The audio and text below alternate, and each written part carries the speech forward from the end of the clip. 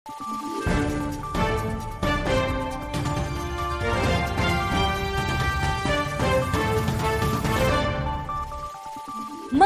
araw, Pilipinas! Ito ang Valiente News hatid sa inyo ng Office of the Vice President. Patuloy ang pagtutulungan ng OVP Southern Mindanao Satellite Office at lokal na pamahalaan ng Davao City sa pagsasagawa ng programang pangkalikasan. Kamakailan, libo-libong puno ang kanilang naitanim sa Barangay Suwawan sa Marilog District. Narito ang ulat ni Brian Latasa. Nakiisa ang mga kawani ng OVP Southern Mindanao Satellite Office sa inilunsad na citywide tree planting activity ng lokal na pamahalaan ng Davao City kamakailan. Umabot sa 2,500 na mga punla ng mahogani at 500 na nara ang kanilang itinanim sa Sitio Balete, Barangay Suwawan, Marilog District, Davao City.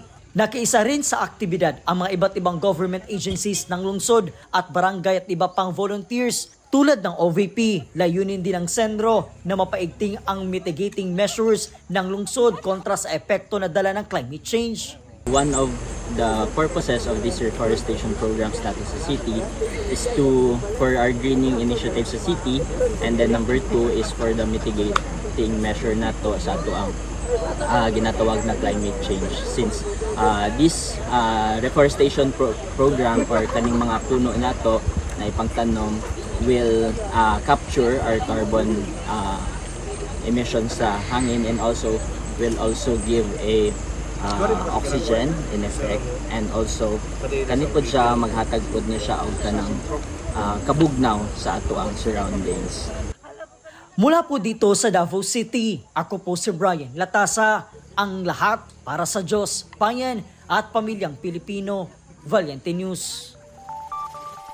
OVP Pangasinan Satellite Office, tuloy-tuloy din ang pagsasagawa ng tree planting activities.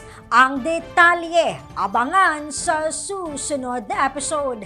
Ako si Claudette Loreto para sa makabuluhan, naninindigan at matapang na mga ulat at impormasyon. Maraming salamat.